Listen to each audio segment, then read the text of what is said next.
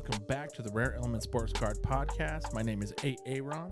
I'm here with my boy Jeremy. What is good, my brother? Kicking it and chilling like always. What's up? Oh, doing that podcast thing. Word. Yeah, dude, fucking take two again. Take two, because I don't remix. Yeah, I don't know how to use the controls. So this is our second attempt. So we didn't even puff yet. not even puffed. Oh my god, dude. I got so destroyed last podcast. I was destroyed. Like, you were talking UFC and I was like I haven't paid attention in about 7 minutes. Shit. But no, it came out good though. When I was doing the editing, I was like, okay, I didn't look stupid. I don't think. I was like, Still like that? Do I still look shit. Friday. So, do you want to jump into the pod, my brother? Vugane. So, our podcast is made up of 3 different elements. The first element is going to be cardboard, which is sports card news. Our second element this week is going to be a little hustle. And then we're going to fucking finish it up with some sports. You want ready to rip that shit, dude? Rip that shit. All right. So, let's jump on in. Our first topic under the cardboard this week is about Topps Chrome Update hobby boxes. First episode. Yep. Nope. That was the first one last week. Remix. God damn it. Remix. Are you sure you don't need a puff one? I need to get back to homeostasis. No, I'm good. I think I'm all right. Okay. First topic under the cardboard this week is about 2022 Bowman Draft. Apparently, they've had multiple spottings of doubles with serial numbered cards that have hit the fucking eBay, and I saw a video by AIH Sports Cards, and it was literally like fucking. I saw at least 5 of them, at least. And they were the same. Holy shit. Identical serial number. Identical serial number. Identical parallel. Identical color. Everything, bro. Like, there was a fucking shitload of them. Damn.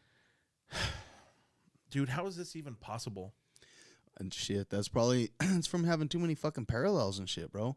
And it's from having too many that are numbered the same, too.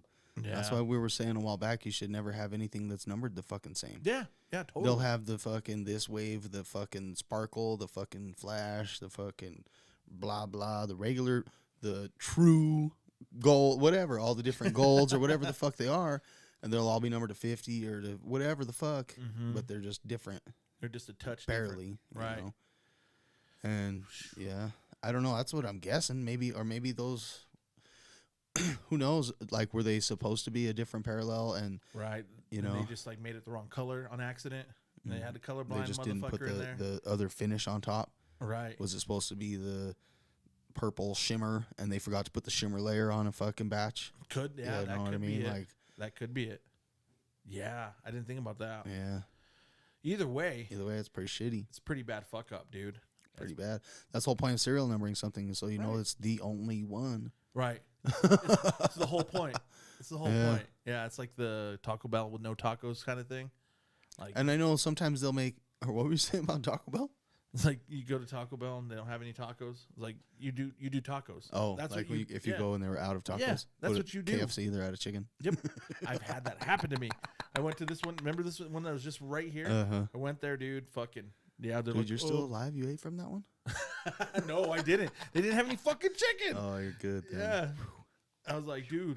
I was with my father-in-law, and we were like getting a bucket. And it was like last minute. It was like the day before Christmas Eve. It was the 23rd of December. But it was still not Christmas or anything special. So we're like, yeah, we'll just go grab a bucket of chicken. We'll fucking wrap some presents and have like some drinks and have a good time. Fuck no, dude. We rolled up and they're like, all we have is wings. Like, wings? That's it? In the whole restaurant. And I'm like, yeah, that's all we got. We're all out of everything else. I was like, for fuck's sake. Might as well just turn off the lights. I know. Why are you open? Why are you taking cards in the drive-thru? Like, Topps, why are you making cards right now? Like, what are you doing? Yeah, I mean, and sometimes they'll make extra cards for replacements and shit like that. But they're not supposed to serial number them until it's the replacement. Right. You know, if it's 55 of 99 or whatever, then when that comes in, it's the fucking green, and now we can stamp that 55.99, tear up the other one, or throw it away. You know what I mean? Right. They're every set, bro. Yeah, that sucks. Almost every set that comes out, there's a fuck up. Like, it's getting ridiculous now. Pretty shitty. And I heard some more shit. I was listening to Nonsense, and they were talking about something else that they forgot to, that they left out the Bobby Witt autos, or like they're like this ungodly amount of cards that they've left out of these sets. Like everything was like 1,800 cards or some stupid number crazy. like that. And if people are chasing that card, there's some people that are crazy enough to chase a card by opening boxes. And Yeah, shit. yeah, absolutely there is. And there's people wealthy enough, they're just like, fuck it, I'll just keep buying boxes till I hit that card. And I mean, Drake was doing it. He was chasing that fucking triple logo, man. I'm sure it happens all the time. Yeah. And these guys are like, what the fuck? It's not even in there. Yeah. So, dude. Lame Indeed. Is this like something like, I mean, I haven't noticed, but were there any things like this with Topps before Fanatics took the shit? Like before they took over? Oh yeah, I mean, there's not like this, not this often, but there's always been mistakes. You know, most of it was been printing mistakes, which I guess this could kind of be considered like a printing error or mistake, basically. But wrong backs on cards, or you know, crazy shit like that, crazy miscut cards, or I don't know about like things like being omitted and shit though. That's pretty bad. I'm sure it's happened before, but not like this. Not this often, you know. But especially there wasn't like chases and stuff necessarily.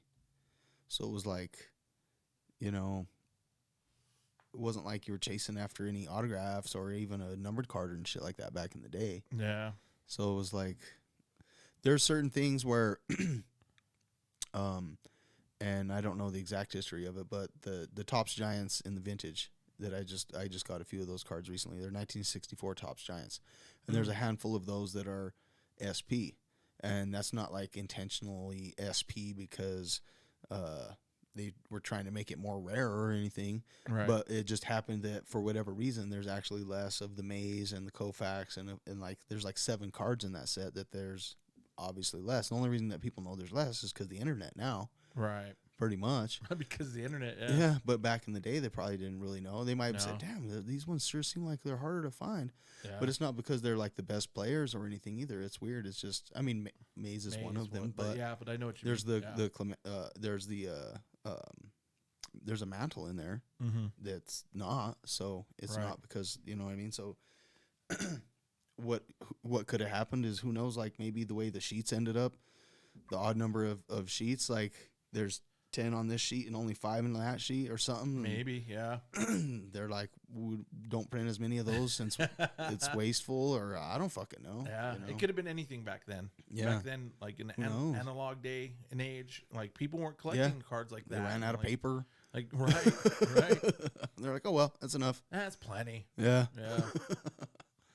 That's funny. But, yeah, I don't know, man. For the way that, yeah, they're saying that cards are going to be in there and they're not, and they got autographs going out that aren't signed by the players. They got cards going out without autographs on them at all. They've got fucking double serial numbered, dude. Like everything you can fuck up there, and something like that. You know, maybe every couple of years or once a year across all their sets. You know, I can see a couple little mistakes, but like a whole series of the cards or whatever, you know what I mean? Like, yeah, this is like Topps Chrome, fucking Bowman Chrome, Bowman Draft, and it's not like one thing either. Each time it's all multiple cards, something each, different. Yeah, and I thought they kept all the people from Topps, or not. I don't know if they kept everyone, but who knows? Yeah, but maybe Panini has some moles in there, and they're like rubbing their mustache. And they are printing more than ever too. Or not more than ever, but more than they had been over the last decade. Right. So more than in a long time. Yeah. Yeah. So more mistakes will be made. And they've been fucking pushing shit out the door too. They've been like set after set after set has been coming out. So they're like trying to hurry it back up, and like I don't know. Undertrained and under supervised employees, you know. Fuck these fucking guys. They don't give a fuck about the cards. Most of the people that work there, probably they're just factory workers, bro. And they don't give a shit. They're like, give me the next stack. Chomp, chomp, chomp. Yeah. Stamp these ones. Chomp, chomp, chomp. Yeah, Who that's cares, true. dude? That's You know, true. stack's done. Give me the next stack. Because they are like They're not gonna stop and notice. Huh? I just did a bunch of these. mm-hmm. They don't give a fuck. They don't give a motherfucker. That's like what we were saying about HGA. They had just like old moms in there with like fucking wearing their PJs and their grading cards. Like it's like a warehouse, you know. They probably just put a ad in the paper for a warehouse worker, and you know, You show up and they're like, yeah, we print baseball cards. Like, oh, okay, whatever. Just pay me at the end of the week.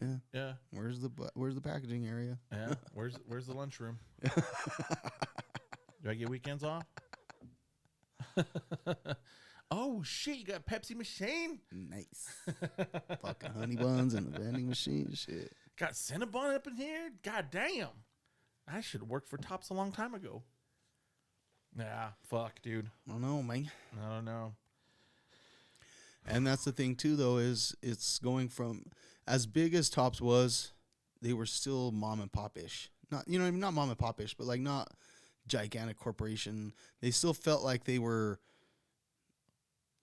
not quite family business, but you know what I mean? They weren't quite like I know what you mean. such a corporate business. Didn't Right. feel like that anyway. And now Fanatics is gigantic. They're gonna come in and freaking Right. cut corners, probably, cut I wouldn't think they would want to do that. Why would you want to fucking bottom line, dude. fuck? Yeah, I don't know. That's usually one of the first things they do when they fucking take over companies. Fire half the fucking staff and, hire people. They fire everybody that's making a bunch of money and hire a bunch of people that's making less money. Yeah. Yeah. And then take the rest for themselves. God damn it. I sure hope that's not, but and that seems like a bad business model for the end, because in the end you want to keep the consumer happy, so they keep buying your shit. But Right. if it's a bunch of degenerate gamblers, then the fuck difference does it make? But see, and that's the thing too. We like to think that, but most corporations don't give a fuck about their customers, bro. Most gigantic corporations like that, dude. You're They not really wrong. don't, dude. You're not wrong. So I don't know. Damn it.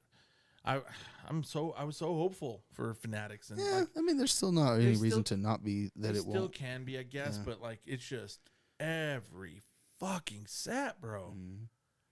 It's not a good track record so far. Mhm. I got to tell you, Doc, I'm not happy with the fucking service so far. It's as fast and as much as you can for as little as possible, and bang it out. I don't know. I don't know, man. I don't know. I don't know. I've never bought. I mean, I've bought a few hats and a few things from Fanatics, but I guess they don't necessarily make a lot of that shit. They're just selling it. So And I've bought a lot of hats and a lot of shirts and jerseys and stuff. Yeah. And that shit comes fast. It comes packed well. Never had any issues. yeah. This is. But as far as the quality of the product, I don't No? know if I've ever really heard anybody bitching about any of that. Or no, Yeah. I've never had any issues. yeah. I work with a gentleman that used to work for a sporting goods place, the one in the mall, and they used to order from Fanatics and order from a bunch of different places and stuff. And he was talking him up. He was Yeah. asking me about sports cards and stuff, and then like we talk about sports and sports cards and stuff. And he was telling me about that side of the business, and he said that they're killing it. Like they were gonna sign a contract with them and like become a Fanatics type of store, but they ended up not doing it. But Maybe it's just that the during the boom, just like a lot of the grading companies, they had to hire a bunch of fucking new people, and these people are not fully trained yet, and they're gonna make a fucking bunch of mistakes, dude. yeah, I don't know. you need to fucking tighten up the quality assurance crew for sure. Stop pumping out quite so much different shit. It ain't even It's necessarily about like the quantity, but the number of sets that they put out. See, it's shitty though, because it's kind of a double-edged sword. It's like everybody in the hobby's like, "Yo, you're behind, and you're behind. You need to catch back up so that the sets could be coming out at the right time." And then they're like, "All right, let's hurry up," and then hurry up to fuck up, and then they fuck up, and everybody's like, "You fucked up." Yeah. So it's shitty. Yeah. It's a tough spot to be in. Yeah. There's But- no keeping everybody happy. But Right. But that's what you signed up for. You bought this shit, Yeah. so it's tough because they're going to be monopolizing the whole entire hobby here pretty soon, and there's going to be nobody to hold them accountable, really. Yeah. I mean, I guess the end consumer could just stop buying their shit, but like you said, people are hooked. Yeah. There's a lot of pretty people bad. I'm not judging because I'm hooked. I buy shit all the time. and it's Yeah. Word. not good. Not good. So, Tops, we're going to give you... I wish I had more hands so I could give those titties 4 thumbs down. Yeah, bro. It's like they always say you could get, you can, there's like the 3 things, you know what I mean? There's quick, there's good, and there's cheap. And you're never going to get all 3. And you know it sure the fuck ain't ever going to be cheap. So the only other thing you can get is good or fast. Yeah. And if everybody wants it fast, then it's not going to be good. Yeah, that's true. So 100%, bro. 100%. It's impossible to do all 3, so. Whatever, Tops, get your shit together. Get it together. We're going to have to put a button Fanatics, whatever. We're going to have to put a button on the board. Yeah, I'll have to. Fanatics. I'll have to take a lozenge, a throat lozenge, so I can sing Tops. That might be next. One more fuck up, Tops, and it's going on the board, goddammit. You're on notice.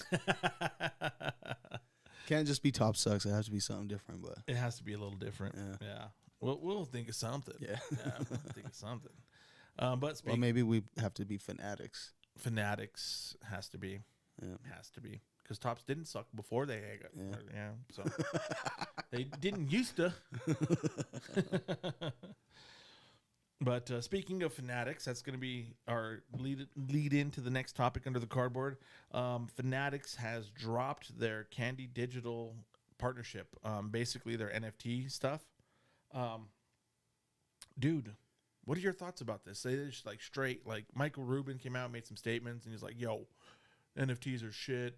They know so many words, in so many words he kind of said that. And he said there couldn't be really this like self-sustaining type of thing anymore. What are your thoughts about Fanatics getting rid of the NFT stuff, dude? I don't know. In my opinion, they were always, as a collectible, I always thought they were kind of whack. I mean, maybe there's some other fucking utility for them, besides like being like actual collectible that's worth money as something like that. Maybe it might be, like I've said before, like a real estate on the fucking, that you can buy and sell and trade or whatever. But as far as like to collect something that has to have like some other desirable value to it other than just being worth something. Yeah. That's just money then. Right. So right. I don't know. Whatever. I never was a fan of them. I bought a couple packs or whatever, and I sold them all on the Panini blockchain thing or whatever. And honestly, I pretty much broke even, I think, off of the couple $10 packs that I bought. I sold most of them and got most, if not all, my money back. I did have that one big one, that Jerry Rice one, but that was actually part of like a flawless, came one per flawless briefcase or something like that, and I sold that one for a couple $100 or something. So I mean, I was like, whatever, cool. Yeah, that was one of your hits, though, huh? Yeah. That sucks, kind of. Fuck, I got 200 bones for it. You made the money. Yeah, you made the money. But I did get a bunch of hits in that. I mean, I got a Jimmy G 1 of 1 double diamond, and I got. Oh, that's right. I got a Mike Singletary auto, and I got I made out. Yeah. And I lucked out and squeaked into that box for like 30 bills. So. Damn. Yeah, I scored. Seriously? Yeah, and I sold that Jimmy G for like 4 bills back. I mean, that's probably I don't even know, $100 card now, but. Yeah, easy. So easy. Only the diamonds in it might be worth more than the card now at this point. Might have to fucking pop those diamonds out.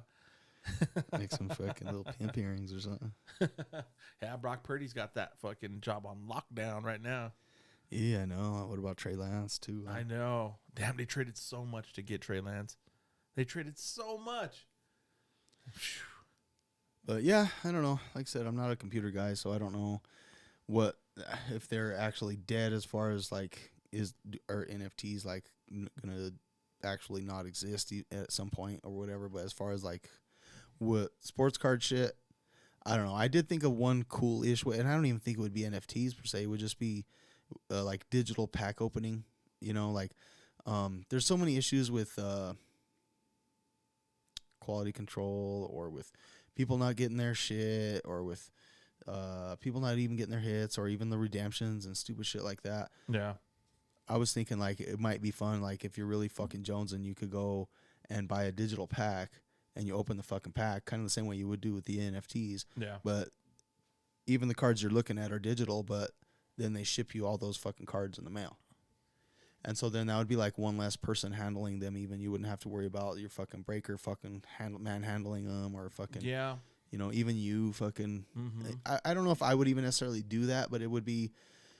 I guess it would also be one way of guaranteeing that there's no awkwardness or shadiness as far as breakers knowing what hits are in what boxes, that kind of thing. That's when I first thought of it when we were talking about that.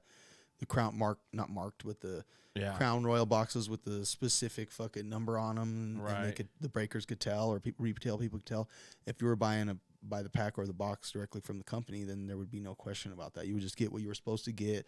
There's going to be no middleman that might be able to fucking finagle the box, might be able to open a case until they get the case hit and then just sell you individual boxes. You're going to have a fair chance at everything no matter what. Yeah. Kind of. You know what I mean? Yeah. So, I don't know. I just thought that would be, I don't even know if I would want to call it cool, but like a utility or a way to like. It would be a way to do it. And it would be like an instant gratification thing too, you know? Yeah. Yeah.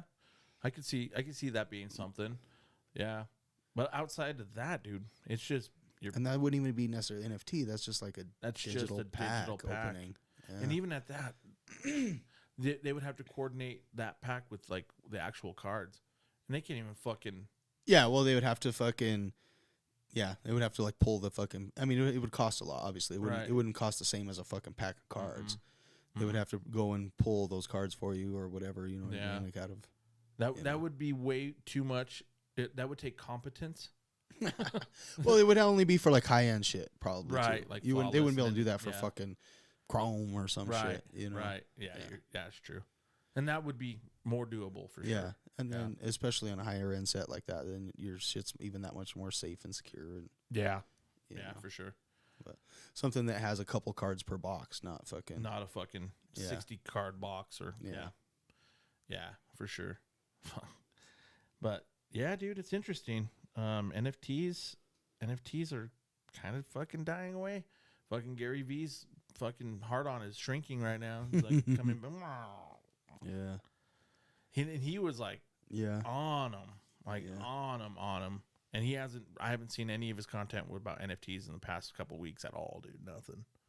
Yeah, those nonsense dudes were hard to give up on them for quite a while too. I don't know if they finally kind of have or not. I don't know. They were doing giveaways for that shit. They were pushing it pretty hard. Yeah, and they had Panini as a sponsor too. So like, I'm sure Panini's like, almost. We want to get this NFT thing going. And of all the ones I've heard of, I haven't really fucked around with any of them too much. The Panini ones have been the ones that have held the value the best. What? The Panini NFTs. Are there other ones? Yeah. There's the Candy Digital ones that they were doing through Topps. Like Topps initially dropped their NFTs through Wax, and they were like basically carbon copies of the cards. You know what I mean? They were like the parallels and the autos and like the different parallels of the cards. And then they changed when Fanatics bought them. They changed over to this. And from what I can gather, the Candy Digital shit never took off. I'll say I never even. Yeah. I mean, I've heard the name, but I didn't even know they made anything. Mm-hmm. So, and from what I've gathered, that they're not like that. They're not like carbon copies of the cards. So, which is kind of weird. I don't know why they wouldn't be. You know, if you're making sports cards NFTs, you would imagine they would look like fucking sports cards. But I'm not, like I said, I'm not the biggest like expert on that shit. But you know, Fanatics is, like you said, they're a huge corporation, and they're gonna fucking shed the fucking bullshit that's not gonna be making money for them. As soon as it doesn't meet the fucking right math problem, bro. Mm-hmm. Exactly. X minus Y times Z. Like Fight Club. Right. First rule is I can't talk about it. The second rule is I'm not supposed to talk about it. Fucking Meatloaf, bro. Meatloaf, that was so dope that he was in that movie. Even though his name was Robert Paulson. This is Bob. Bob has bitch tits. He cries on his titties. There were some fucking jugs too. They were massive. Yeah. And what's her name in that, bro? Whew. She's dirty. That fucking movie, man. I can't even say what the quote I was gonna say because it's too bad. It's bad. It's bad. I know a fucking quote. I know the quote. It's bad. It's all bad. Anyway, Let's not get ourselves canceled. But we'll move on, bro. We'll move on to our third topic under the cardboard. This is about XR football, and it was something you pointed out to me. You sent me a text, and you sent me some pictures and of like kind of shit that's like in the set list. yeah. And apparently in XR football, they are blowing up the 1-of-1s. Fucking shitloads of 1-of-1s. Dude, is this like you? I only see this with sets that are like inexpensive or like cheaper. You know what I mean? Like there's a baseball one that has a ton of 1-of-1s. It's that one. Oh fuck! It was one of the ones that you said that they do the buybacks and put autos on cards. Oh, and, yeah. But there's a shit archives. Archive signature series. Yeah. There's an archive set that has a fuck ton of 1-of-1s, and it's a cheaper set. So XR football is also a cheaper set when it comes to football cards. Is this? Do you think a way that they try to sell these sets is like to load them with 1-of-1s, so people are like wanting to chase that to like grab some 1-of-1s? Yeah, I mean it's not quite medium. I mean it's not quite low end, but it's probably a couple $100 a box. I think for that shit still at least, ain't it? I don't know. I don't think it. I want to say It's been notorious for the last couple of years for being loaded with 1-of-1s, but it's there's a lot of products that do it, but they just go crazy. yeah. They have the single patch, the dual patch, the triple patch, the glove patch, the helmet patch. The fucking They're about $270 to $295 for a hobby so box. that's not quite cheap. That's not up there. That's not terribly cheap. No. It's mid range, low to mid range. Yeah. So, because I think there's probably a couple guaranteed autos in there, I and think 3 it said. Yeah. yeah. So, and it's rookie heavy, and it's low numbered parallel heavy. Yeah. Which is fun and cool, but then they're just not worth anything because everybody knows, Right. you know. So it's an okay looking set, I guess. It's just another one of the ones that just kind of gets lost in everything. I don't really even understand. I don't get it. What the fuck does XR even mean? Or I've always wondered that myself. Like, I don't know. Like, I can see like X being something, being kind of like a cool letter. I don't know. But XR, like, I don't know. I don't get it. I don't get it. Yeah, I'm not. Yeah, it's okay, but it's it kind of reminds me of like a wannabe triple threads. It's got tons of patches and tons of, you know what I mean, but not nearly as cool. Right. And that's actually about the same price point, honestly, for baseball. Right in that same, yeah, it is. Yeah, it is. I don't know, man. I've never been a huge fan of it, just because like anytime I've seen it or anytime I've like tried to buy it, it always seems like they don't have a ton of value. Yeah, you know what I mean. They don't get the love. If you're gonna do a set like that with a million fucking patches and all that, at least do game used. Yeah, you know that's what they call it. XR game used or something, you know what I mean? And do nothing but game used in there. That's what they used to fucking do. It can't be that fucking hard. Come on, man. Shit. Yeah, you can't use COVID as an excuse anymore, you know?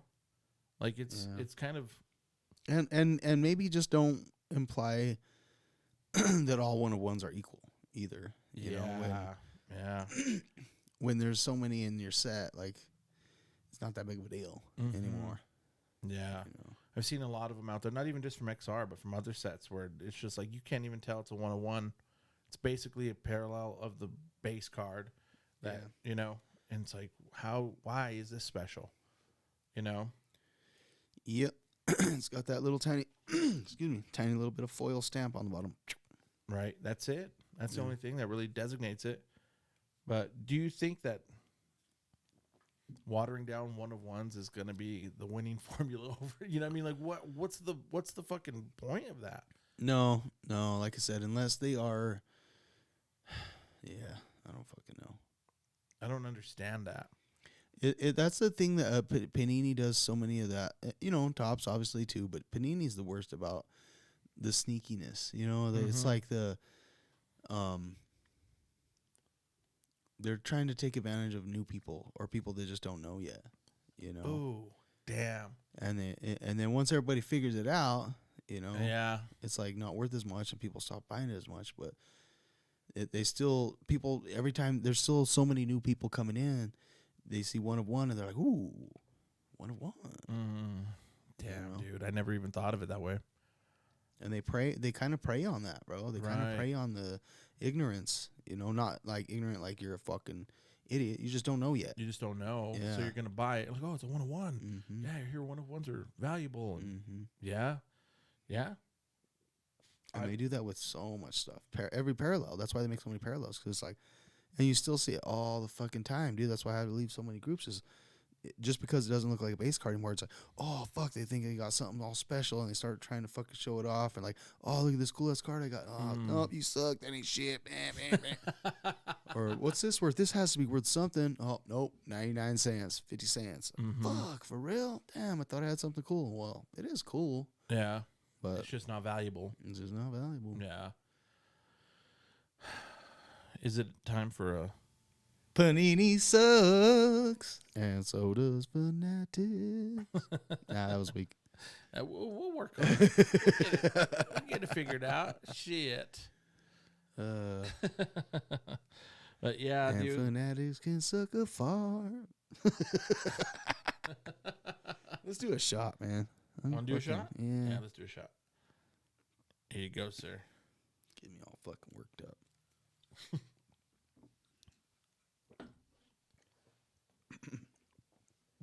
Nice. Tastes like victory. Brought to you by Johnny Walker Black Label, the official drink of... No, I shouldn't even say that. I know. Of whatever it is they sponsor. That's not us.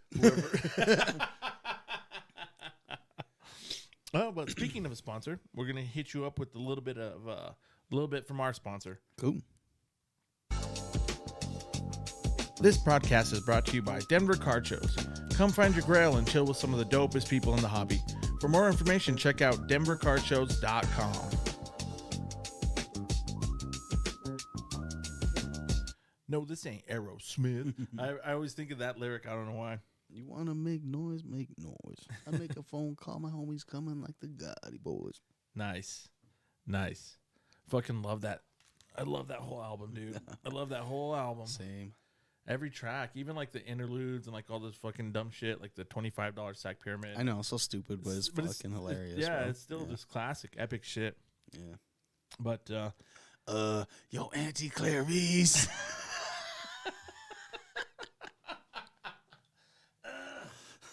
Give me my motherfucking money. Give me my $25 so I can go to the motherfucking swap meet. Fuck We yeah. going sizzler. Oh, shit. But you want to jump into the hustle element, my brother? Yes. Every day I'm hustling. Every day I'm hustling. Oh, that shit came out loud. Yeah, well, you blow my eardrums out. Are they bleeding? Are they bleeding? No, you're good. You're good. But our first topic under the hustle this week is about dealers being flippers. I was watching Lucas Tigers and Bronze, and Cage Lawyer was talking about this, and I thought it was interesting. He did a whole little bit about it, and he was saying, everybody in the hobby hates on flippers, and they give them a hard time, and they're shitting on them. And he's like, basically, he came out and was like, well, every dealer at a show is a flipper. He's like, people sell them cards at X price, and they turn it around, they sell it at comps or as close to it as they can. And he's like, and they're flipping cards. He's like, they're going out, they're buying collections, they're grading, they're flipping. And he's like, so, excuse me, if all these other flippers are getting the hatred, why don't dealers get the hatred for being flippers? And I thought it was an interesting question, so in your opinion, I kind of want to know what you think about it. Do you think that dealers, just because, if they buy a table, does it make them different than a flipper, or do you think that's kind of the same thing? Well, I guess sometimes dealers are flippers, but not always. There's a lot of dealers that are selling their collections or stuff that they've accumulated over the years, or I guess I think most people and probably my thoughts, I guess, when someone says flipper or dealer, to me, the dealer, yeah, they buy a table, they pay for their setup, they pay to be there, they network with the other dealers, and they help promote the shows and all that shit. And, the flippers usually do everything they can to avoid any fees they can. They don't pay to set up. They don't, you know what I mean? They don't want to, they deal only in cash, and they only, and whatever, that's cool. The dealers more buy, when they do buy, they try to more buy like wholesale. They buy collections, or they buy stuff that people just don't want, or stuff that they're too lazy or don't feel like fucking selling. Yeah. Not only, right. You know what I mean? But a lot of dealers focus more on that. That's definitely part of the Whereas equation. The flipper kind of the assumption, or I guess the what am I trying to say? The assumption of a flipper, I guess, is that they kind of go to like dealers, and they try and talk dealers who are trying to get X price for their fucking card into a lower price so that they can sell it for that price. Right. And that's a little bit different. You know what I mean? It's not, that's still whatever. That's your hustle. And if you can talk somebody into selling you their card, then that's cool. But they're more fast talkers. They're more trying to talk people into something than just taking something off of your hands that you don't want to deal with. Mm-hmm. And I think a lot of dealers do both. There's a lot of dealers that are straight up flippers too, and the flippers will more like go and they'll like cherry pick your shit, and they'll cherry pick, and they're like, I want this, and this, and that, and they'll take your 5 best cards, and then they'll want to give you a fucking deal on it, and it's like, well, that's cool, but like, you're taking all my profit, bro. That's right. Like, why the fuck should I let you take my fucking profit? Right. And go sell it to the guy down the fucking way. In fairness, dealers do that too. Oh yeah. Yeah. Some dealers do, but not all. They'll look through your case and like, are you selling? Yeah. Are you buying? And you're like, yeah. And then you look through the case and they cherry pick. Those are the flipper dealers. Right. But most dealers, if you're trying to sustain your table, you can't sustain your table that way. You have to buy collections. Right. And usually if you're buying a collection, it's somebody who is not interested in piecing it out and selling it that way. They're just gonna, even though they know it's worth more, they're gonna sell it for less just because they don't want to fucking deal with it. They don't want to deal with it. Yeah. Whereas the flippers are, and that's somebody who's actually coming up to your table trying to sell it to you.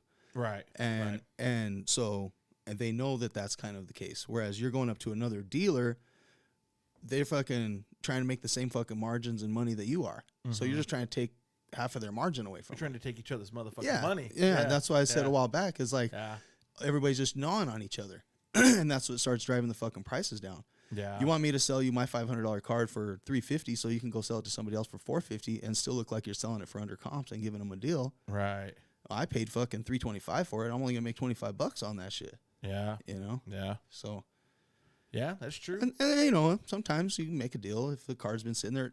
As long as you get what you want for your card, who fucking cares, dude? Yeah. I don't care. But I'm not gonna give them a fucking. I'm gonna try my hardest to not let them talk me into fucking deals so they can make a bunch of money off of it. Mm-hmm. Yeah. Yeah, and that happens a lot. I see it a lot. Like when I go to these shows, I walk around and I see a lot of people interacting at a lot of different tables, and I see that a lot, dude. I do. Yeah. I see people walking up like, looking to buy like 5 to 10 cards, and then they're like, well, I was looking to be at this range, and then the dealer's like, yo, like the prices are this, bro, and like, it's like, yeah, but I need to make my margins. Yeah. And it's like, they say it like the dealer should give a fuck. Yeah. You know what I mean? It's like, why would the dealer give a fuck about your margins? So do I, motherfucker. Yeah. I got margins too, bitch. Yeah. Yeah. We all do. Yeah. And that's why it's a lot easier as a dealer too, if you network with the other dealers, to get those kinds of deals off of each other, because you're like helping each other out and shit. Yeah. And you're not just some guy who's fucking taking advantage of the fucking show and fucking didn't pay to be there, didn't fucking help promote it, didn't fucking share it on Facebook or any fucking thing else, because that's not beneficial for him, really. Yeah, that's true. And then he goes and fucking tries to fucking buy a bunch of shit for good deals, and then go and sell it at another show, or go and sell it on fucking Whatnot or something else. Yeah. Yeah. And that's cool. You want to do that? You want to make, and if you can talk people into it, that's cool. Yeah. But I think that's why there's that negative connotation towards them right away, is because a lot of them are used car salesman-y. You know, they're trying to kind of talk you into something you don't really want to do sometimes. Oh, for sure. And I've had them do that to me at the table, and I've given in a little bit just kind of to get them the fuck away, dude. It's like, here, yeah, just take it. Get the fuck out of here, bro. Go. You know? But I won't let them rip me off. Yeah. You know? Yeah. I've taken $20 less on a card just to close the deal and fucking send them on their way. Yeah. Yeah. But then next time they come around, I'm usually a little less likely to deal with them when they're trying to hit me that hard like that. Yeah. You know, obviously I'm there to fucking try and make money too, bro. Right. And even for the most part, I am selling a lot of my old collection and shit. Mm-hmm. I'll buy a few cards here and there, or I'll buy a little stack of cards here and there and try and fucking something I think is gonna fucking move quick or something I like. A lot of time I fucking end up buying shit that I just like. Yeah. And I'll put it for sale, but it's like I like it, so I'll enjoy it until it fucking sells. Yeah. It's like not PC, but it's like Kind of. a little bit. Yeah, it's PC, but it's for sale at a reasonable price. I'm not gonna mark it up all insane so it doesn't sell. Right. I've seen people do that too. Yeah. It's like they have their PC cards out there, but they're like triple comps. Like, yeah, I'll sell it for this price. But Yeah. Or oh, that one's really not for sale. Or yeah, I've seen that quite whatever, a bit. dude. I guess. I mean, okay. It's cool. Yeah, it's Yeah. expensive fucking thing to just drag around from show to show to show off, but Right. that's It's like, cool. yeah. And whatever. Teach their own. Yeah. But it's a little weird. Yeah, there's guys that go to trade nights doing that too, and Yeah. Yeah, I've seen that too. $1,000 card in their case just so everybody. It's like It's like a flex. flossing. It's a flex. Yeah, It's a- wearing their Jordan. Mm-hmm. It's a Kegel. It's a pussy flex. So, I mean, to each their own. Yeah. And I've got no problems with flippers. Like I said, I just try not to give into them too much. Mm-hmm. You know, I try not to let them take advantage of me, and I think that's why what people hate on is some of them try to take advantage. Not all, of course, and there's dealers that do too, obviously. Yeah. They're not. They are. There is a lot of overlapping. There's plenty of dealers that are flippers, and there's some flippers that set up sometimes too. You know. Yeah. I think what you just said there is really profound. I think there is a lot of overlapping. Not only with just like flippers and dealers, but like with collectors and flippers. Like Even the collectors have to sell their shit once in a while to buy something right. else. If you're you ripping know? boxes, you're going to end up with a lot of stuff that you're not collecting. Yeah. You know, you're going to end up with guys that, you know, you don't really care about, but they're worth money. So you're going to sell them so that you could buy your PC stuff. Yeah. So you're essentially flipping cards. Yeah, you're you flipping cards. Everybody's a flipper. If you buy something or you have something and you sell it, like that's technically flipping, I guess. You know what I mean? But like the people that are getting called out as flippers, I think, is like the ones that everybody feels like is like taking advantage or trying to take advantage. And it's not taking advantage. You agreed to it. Right. You know what I mean? Right. So, That's true. There's also that side of it too. yeah. You know, you could say whatever you want. I don't have to pull the fucking trigger. Yeah. So like we were talking about retail flipping back when we first started the pod. That was still kind of hot, and it was kind of a thing that was going on. And I was like, "You're not taking advantage of me because I want the boxes, so I'm paying for them. Yeah. I know what they cost at Walmart, but I can't get them, so I'm willingly gonna pay it because I want the fucking cards because I'm a card junkie. So I want the boxes. I'm gonna pay for it. I'll pay up. Fuck it, whatever. You're not taking advantage of me because I know what I'm getting myself into. Yeah. And I guess I get kind of sad about that. Like that bothers me when people say that when people take advantage of other people. Yeah. Well, you take advantage of their kindness. Maybe they agreed to it unwillingly, but just they still had they should have had the stronger self-conscious to not agree to it. Right. That's up to you to make your own decisions and shit.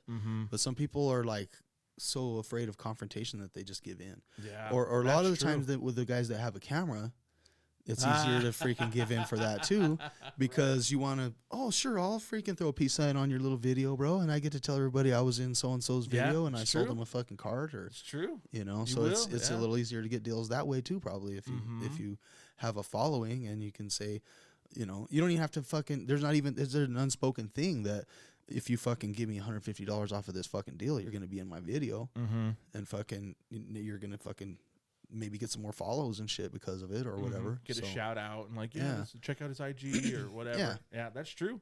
That is for sure. I guarantee that happens. I guarantee it. Because I see cards that sometimes I'll see him talking about cards that I know what they go for. Yeah. Or right around that. And I see what they buy them for. And I'm like, really, motherfucker? Man. Is his freaking lady giving you a handy under the table or something? I know, I've seen a few too, and I'm like, That's sure. You sure, dog? You sure? You sure? Okay. Yeah, that's true. Do you like own one? Save your life or something. Right? It's like you guys know each other. It's true. It is all the way true. But it's like I said, to each their own. Everybody does it different. As long as you're having fun and not actually truly taking advantage of someone, like that maybe doesn't have the mental capacity, or a child, or a super super new person. There's a lot of new people that can kind of be taken advantage of just because they don't know. And you're still an adult, and you should not make decisions that are uneducated or whatever, and it's on you. But it's still not cool to like go out of your way to take advantage of someone. Yeah, for sure. No, I agree. I agree with that. Fucking A. I also think that part of getting your feet underneath you in the hobby, sometimes you're gonna take an L. You gotta take a couple lumps every now and then to learn. You need to take a few lumps and to figure this shit out. You know what I mean? It's like you're never gonna learn if everything comes to you easy. Yeah. So you have to like go out there and fuck up sometimes. Yeah. Yeah. I know I did when I re-entered the hobby again. I made some fucking terrible moves and lost my ass. Yeah. I made some bad trades. It just happens, and you get better and you get more savvy about it. But that's the best way to learn, man. Is go out there and take a dick. Yeah.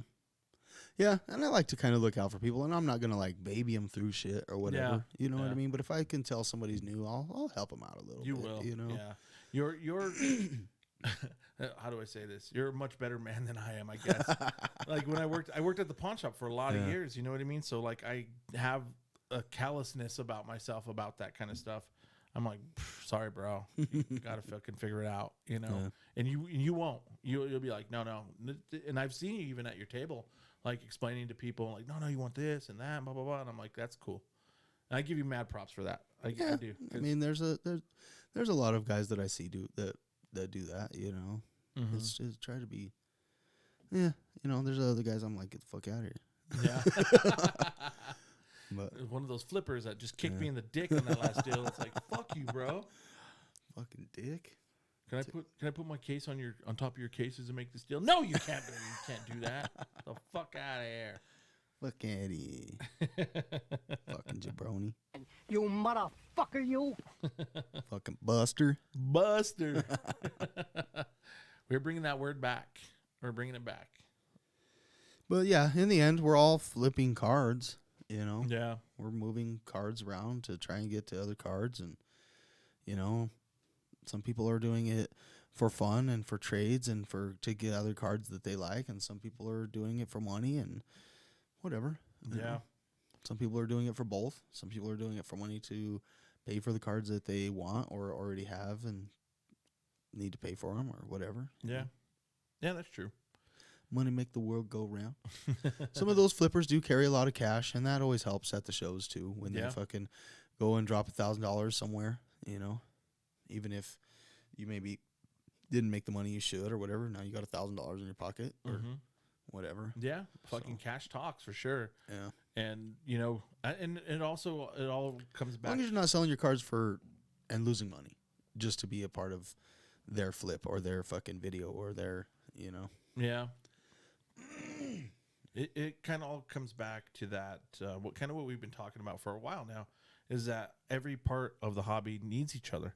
Yeah, like it's symbiotic. Like it's flippers need dealers, dealers need collectors, collectors need flippers, and like you know what I mean. If nobody was flipping cards, then the cards wouldn't be out there and available. Yeah. If nobody was ripping boxes and packs, if there weren't people that were wax hounds that were out there fucking doing that, then nothing would get opened, and it would just be fucking hard to find those cards. And everybody needs each other in the hobby.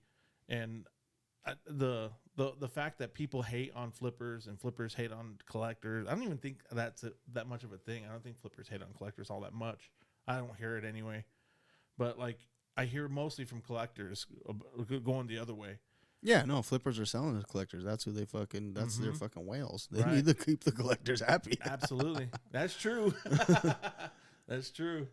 But like, I just hear a lot of like people talking shit about each other, and it's like, why? Yeah, we all need each other. If there weren't that many people in the hobby, then it wouldn't be big, and it wouldn't be something that's that we enjoy all the time. So it's like, be friends, man. Just fucking be friends. Yeah. But I thought that was a good topic. I heard them talking about that. I thought that was pretty cool. I've been actually enjoying that pod a little bit. I didn't like it that much at first, but I'm starting to come around.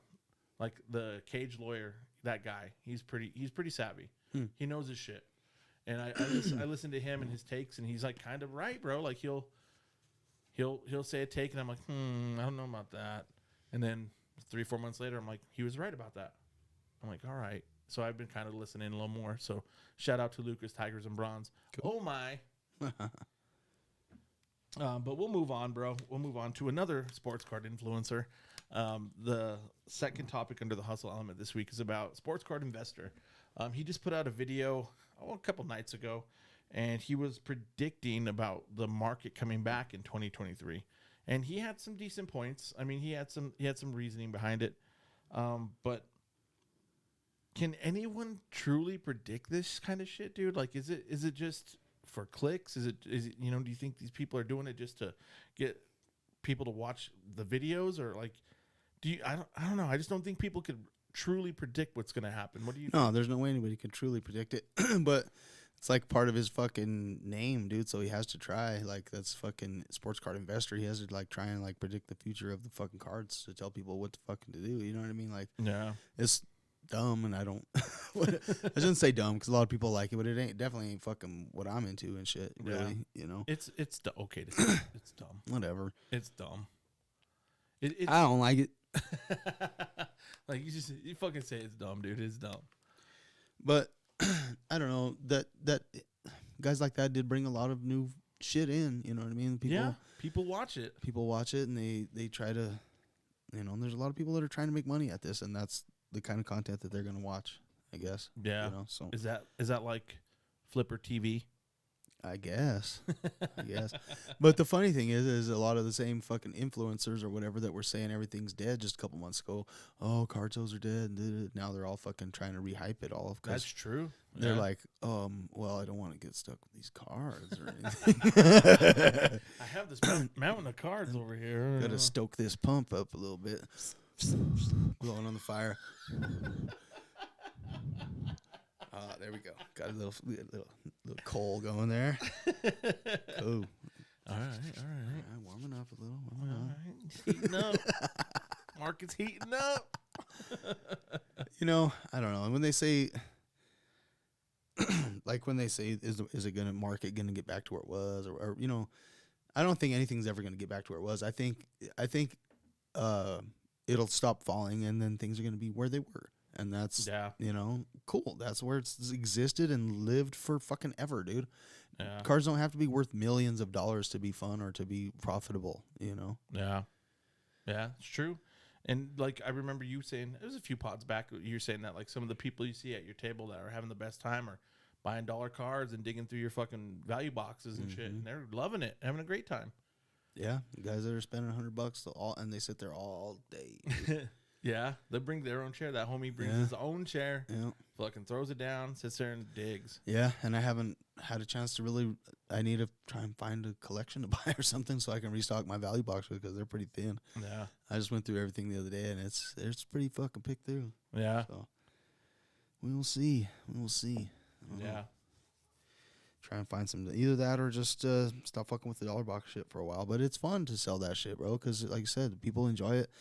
It actually makes better profit, than most of the other shit. Everything else, all the other stuff, all the flipper cards, nobody wants to pay more than fucking 70 or 80% for them. Mm-hmm. Those, it's a fucking dollar card. They're just gonna give you $1. Yeah. Yeah, it's true.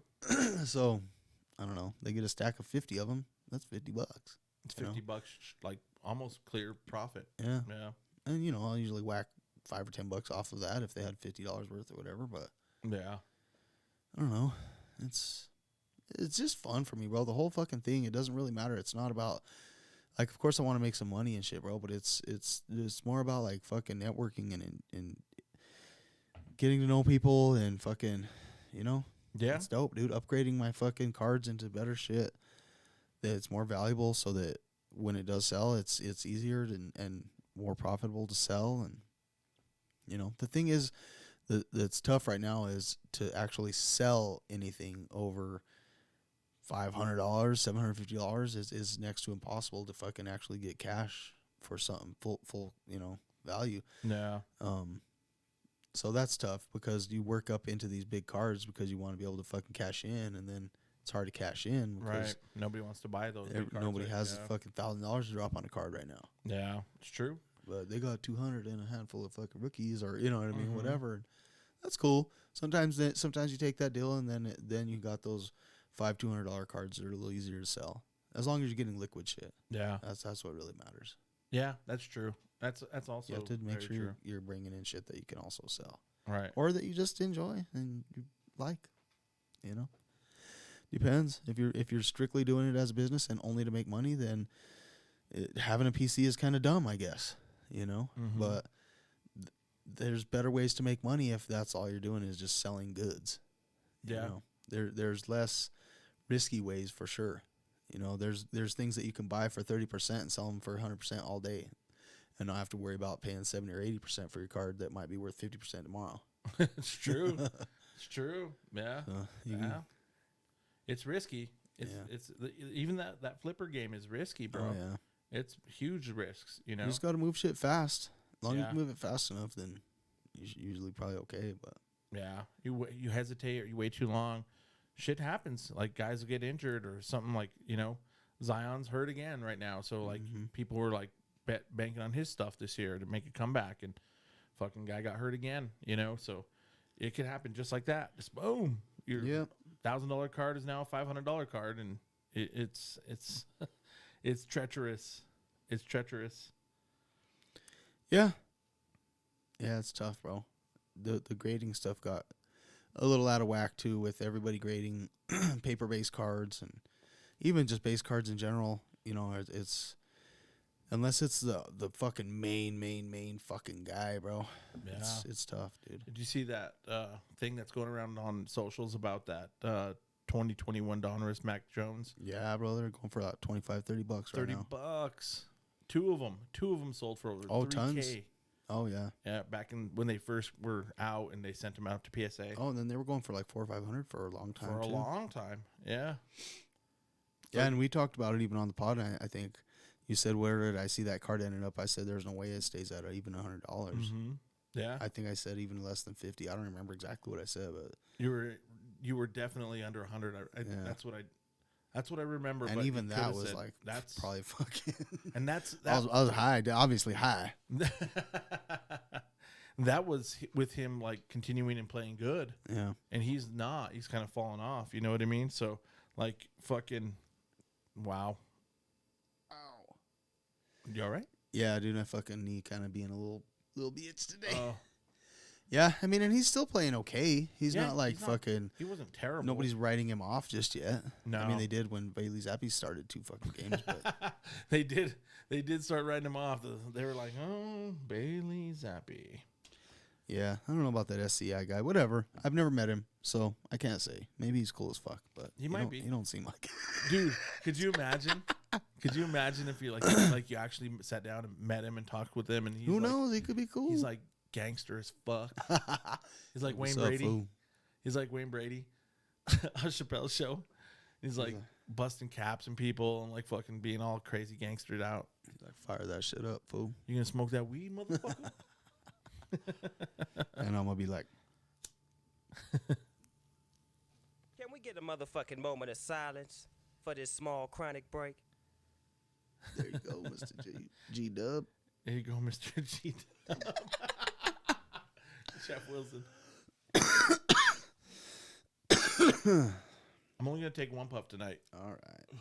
because last week I got fucked up. Yeah, and that was just a puff too. I took 2. You made me take 2. No, I mean just now that was only a puff. Oh, right now? Yeah, for sure. I wouldn't even call that a hit.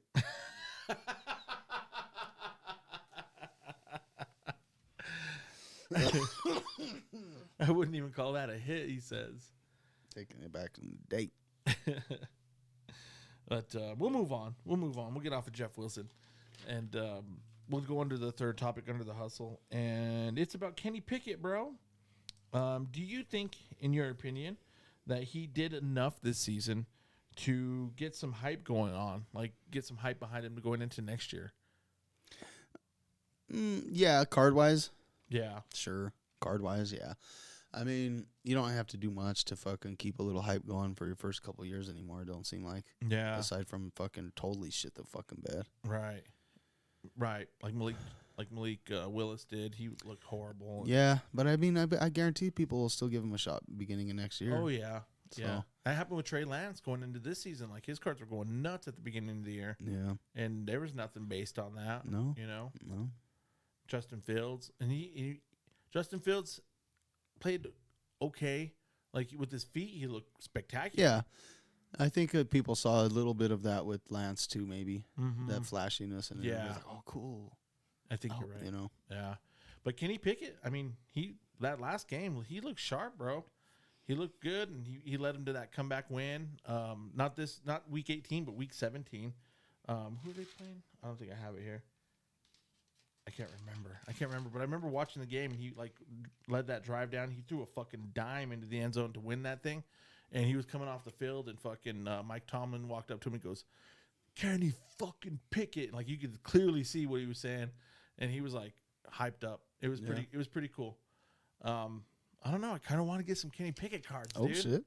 He's like, the hype has gotten to me. I think I might want to go get some. But what do you think, dude? Do you think that the 2022 class is shitty, like especially with quarterbacks? Do you think that a class, by being so bad, could like overshadow like one single player, like Kenny Pickett, for example? Do you think the shittiness of the 2022 class could like keep his prices low, or do you think that his individual performance could outdo that? Well, if you're saying that you're saying people won't be as interested in him because 2022 class is going to suck? Not necessarily. Yeah, I guess so. Maybe. Like if that's the case, then I guess you're also implying that maybe then that would like affect all of the fucking football hobby then, kind of, right? Like for that year. Yeah. For that year. So like would the fucking 2022 draft class sucking kind of affect all football card prices, I guess, a little bit, sort of, maybe? No.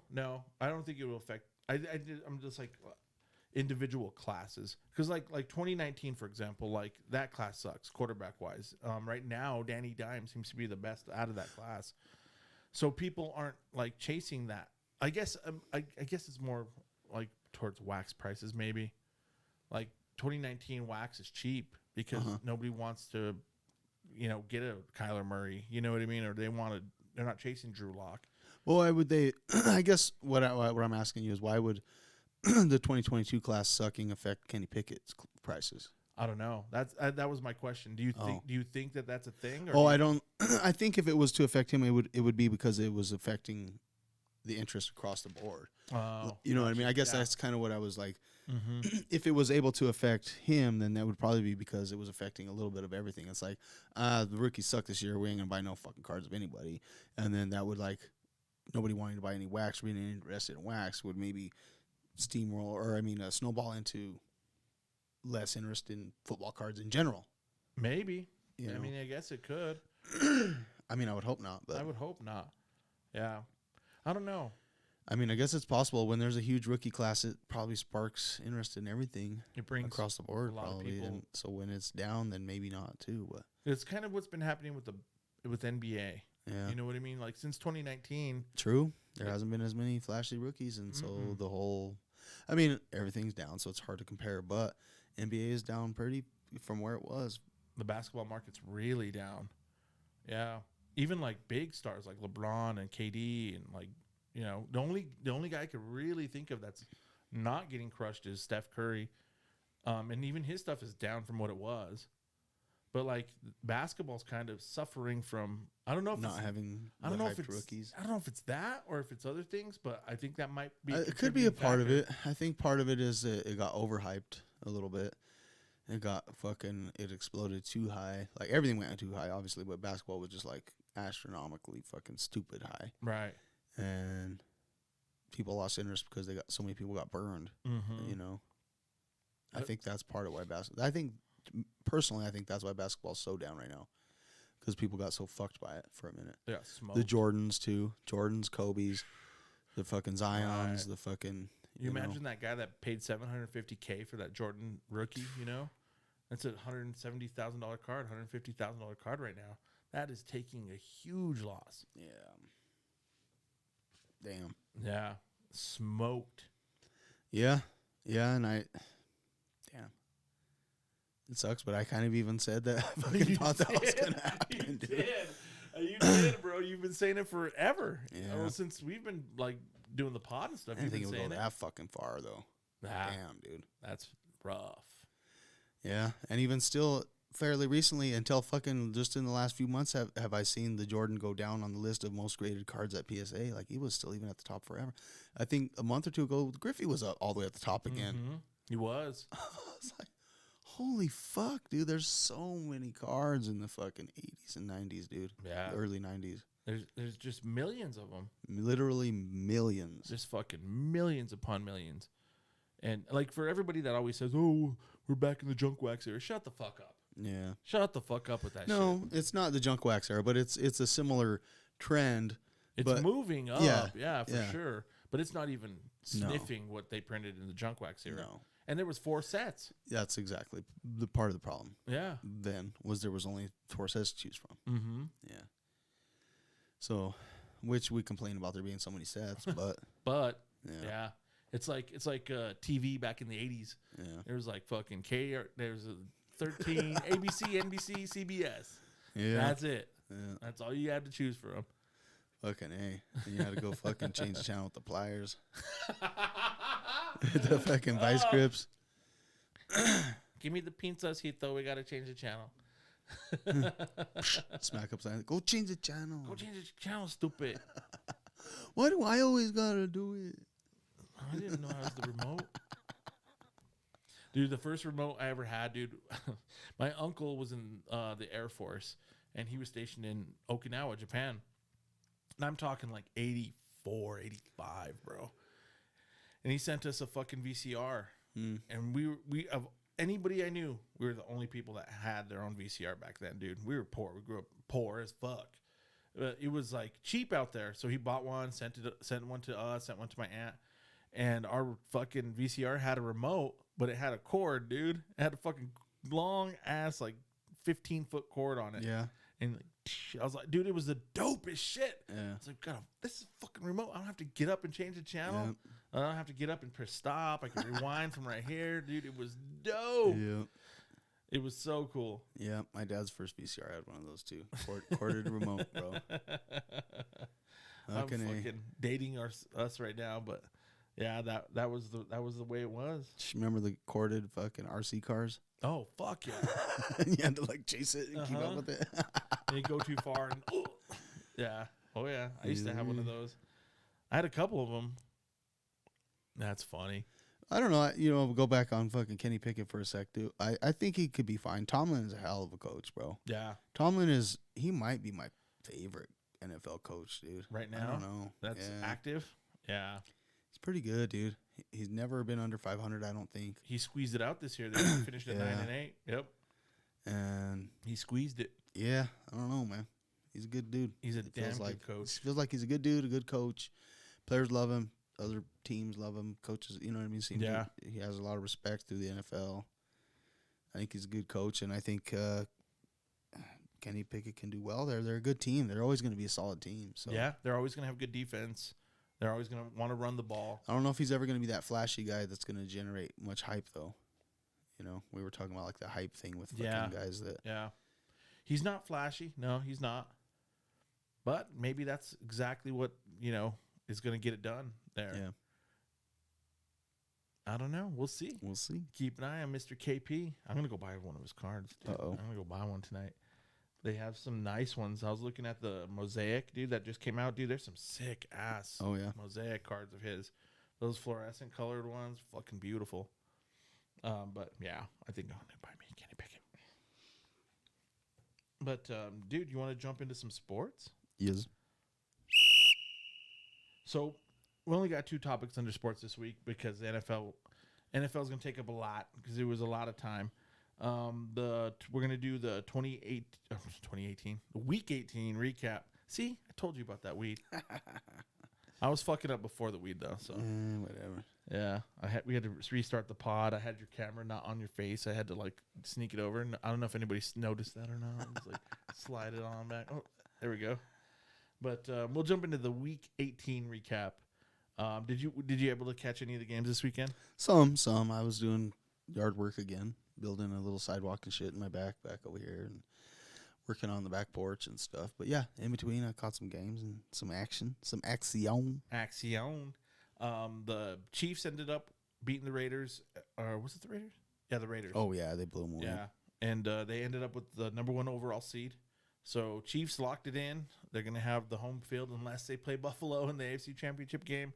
Then they're going to, are they going to flip a coin and like? I don't know what did they decide to do that for sure. I'm not sure. I know they were wanting to have it at a neutral side, but then the Colts didn't agree to it or something, and so then they were saying something about flipping a coin, and I don't know. They were griping about that. So Cincinnati was really griping about that. Yeah, they were the ones that got kind of screwed in the whole thing, but. Whatever. Yeah. At a certain point, you gotta deal with it. You gotta just deal with it. Yeah, it's for sure. It could have been worse, man. You saw what happened to Hamlin. So Word. Awesome, dude. They fucking released him from the hospital and sent him back to Buffalo. So crazy. That's fucking dope.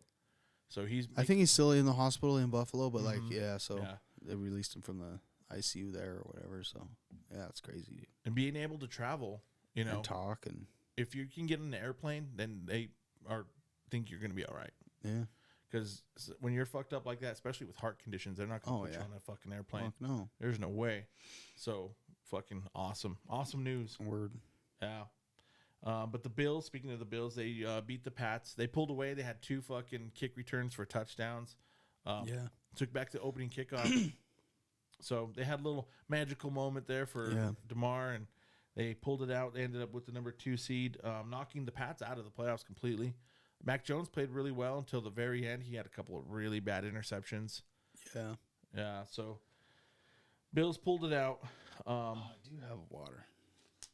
Oh, shit. If you're ever doing the pod, I'll go grab one out of the fridge. Word. Gotta wet the whistle.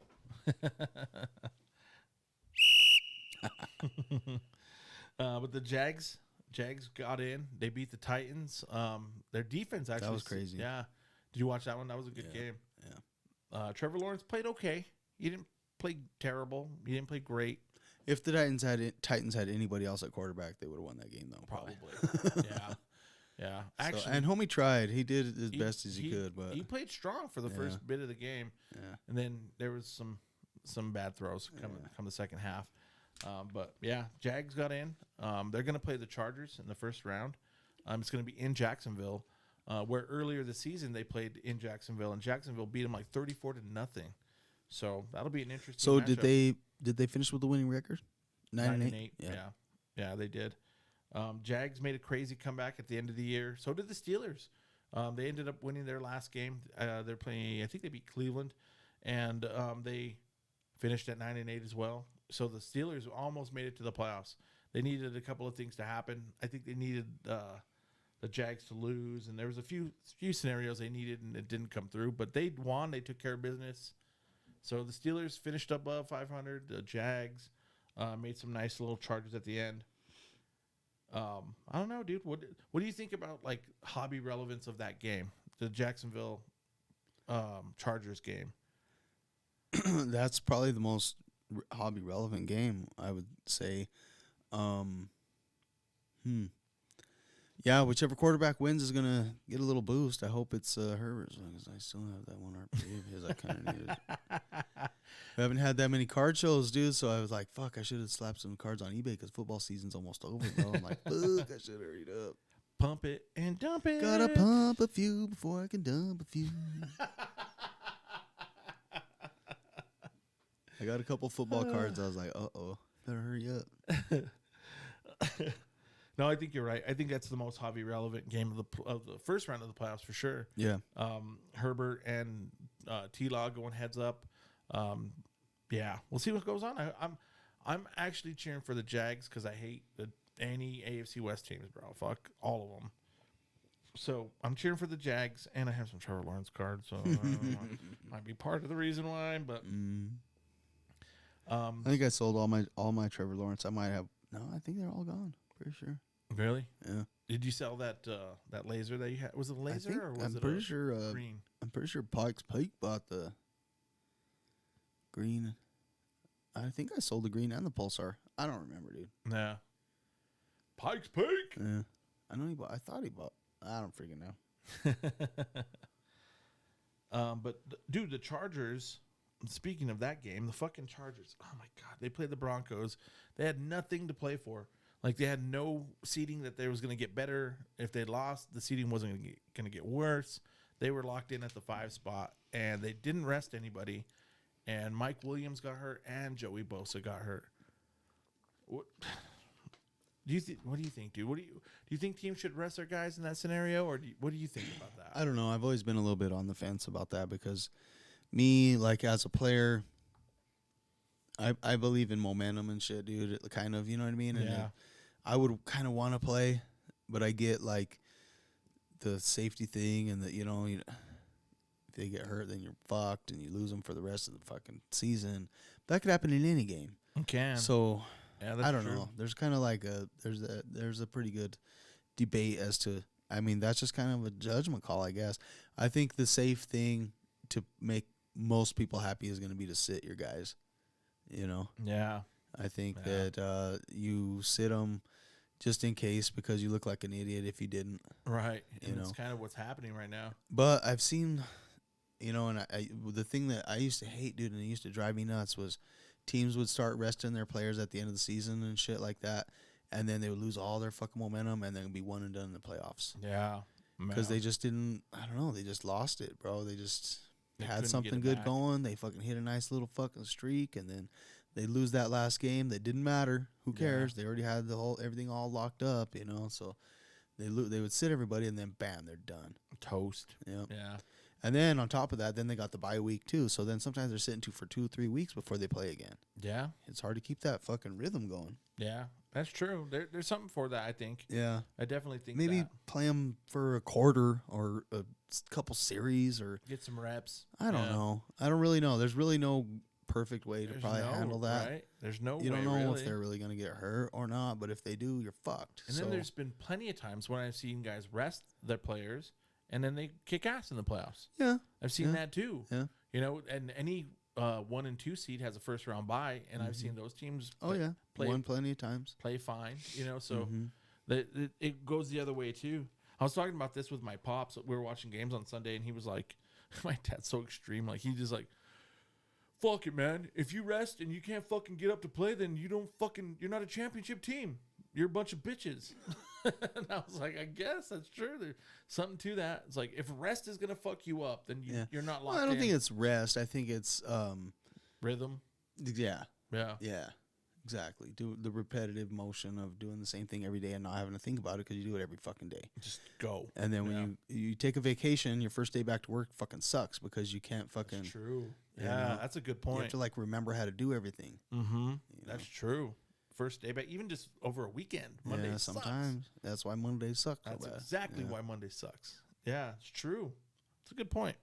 I have to hit So- him with that. When next weekend when we watch a football game, I'm gonna hit him with that. You know, I could see both sides to the argument, 100%, bro. Yeah. But I think you If- have to set them, bro, because you're more fucked if they get hurt than not, probably. Right. I'd rather have Joey Bosa play for me and be a little bit out of Spaced sync. out or a little, yeah. Yeah, than to be fucking out. Yeah. That's true. You have to kind of weigh it. Yeah. I think in the end, the smart play is to fucking sit them. Yeah.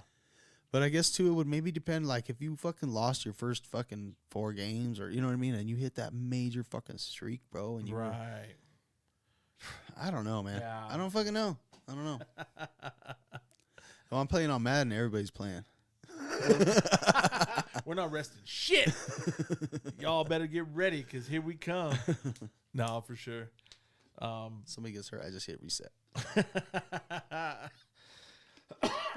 Speaking of getting hurt and limping in, fucking Miami limped into the playoffs, bro. They barely pulled out the win against the Jets. And Tua's out, and they were playing their third string quarterback.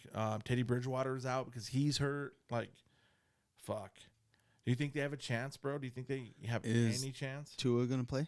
As far as last I've heard, no. But I don't. They haven't definitively said if he's gonna play or not.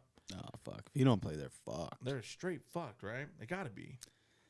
Hate to say it, but like, don't even show up.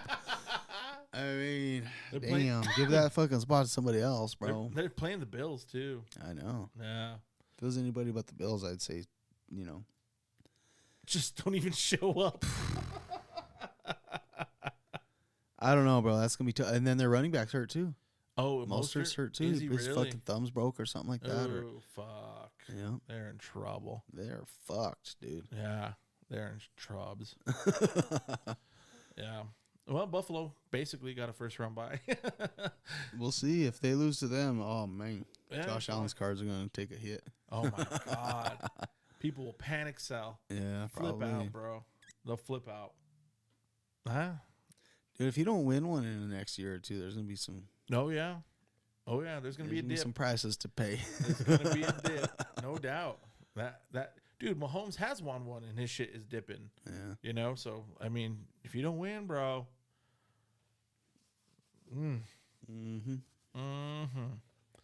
We shall see.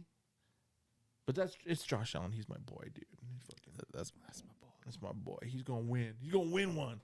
They're gonna win it, dude. Could be this year. I hope so. That'd be cool. NFC side, the Eagles ended up getting the number 1 seed. They kind of limped in. Jalen Hurts did play this last week, and he looked okay. He didn't look great. You know, of course, there's going to be some rust. And, but they did get the win. They got that number 1 seed, so they're going to be at home throughout the playoffs if they keep winning. Brock Purdy played great again. 49ers locked in the number 2 seed. Do you think the Niners have a chance, dude, with even playing with Purdy? Sure. You think that they... All right, I guess the question is, who do you think is going to win the NFC out of the Eagles and the Niners? Whew. I honestly, at the beginning of the year, I would have told you AFC was going to be way tougher. Yeah. But I think the NFC playoffs are going to be pretty tough, dude. There's just about anybody can really make it, dude, if they fucking... You know, Giants are probably the least likely, and the Seahawks, I guess. Yeah. Giants and Seahawks probably have the least chance, but Everyone else has a chance. I could see everybody else making it in one way or another, bro. That's true. I could. Cowboys be tough, but they can do it. Yeah. The Bucks, Brady, whatever. Yeah, Brady. The Vikings for sure. Obviously, they've got the weapons. Fucking Niners probably the favorite. The Giants could even do it too. They've done it before. I mean, obviously not the same team, but the Giants have done it before. You know, They have. They were the number 6 seed, and they went and beat the Patriots. Yeah, they've done it. So if they fluke and beat the Vikings, then who knows what happens from there? But yeah, I mean, I think Vikings or Niners, honestly. Yeah, yeah. Well, it depends on what's really going on with Hurts too. Right. And then he's going to get another week off now with the first round bye, locking up that number 1 So if he comes seed. back nice and healthy, and we'll see. Yeah, they were looking strong right before he got injured. They were playing great. Yeah, they were looking. He was looking good too. Mm-hmm. Yeah, and the rest of the team look good. His receivers, Defense, are monsters. So yeah, it's true. It's true. They have a solid stable of running backs too. Gainwell and fucking Miles Sanders and. I'd really like to see the Vikings just because. Yeah. I don't. Fuck, dude. It'd be nice to see them in there, dude. Yeah. That'd be cool. 70s was the last time they I went would to say Super Bowl. I don't even know if it's been in my lifetime that they've. Not in mine. Yeah. I don't think. Yeah. It might have been when you were like a baby. Well, 70s. No, I don't think. When's the last time they went to the Super Bowl? When you were just a wee baby. Maybe. Might have been about 76. Minnesota. This is great radio right here. Minnesota Vikings shit, dude. They've lost 4 fucking times, though. They have. Mm-hmm. And they haven't been since. God, dude. Yeah. Well, no. 77. Yeah. 77. Oh, Yeah. okay. That was the year I was born. That was Yeah. the last time they actually went. Yep. I think they Well. lost. I think they lost to the Steelers. I want to say. Yeah, that sounds right. Yeah.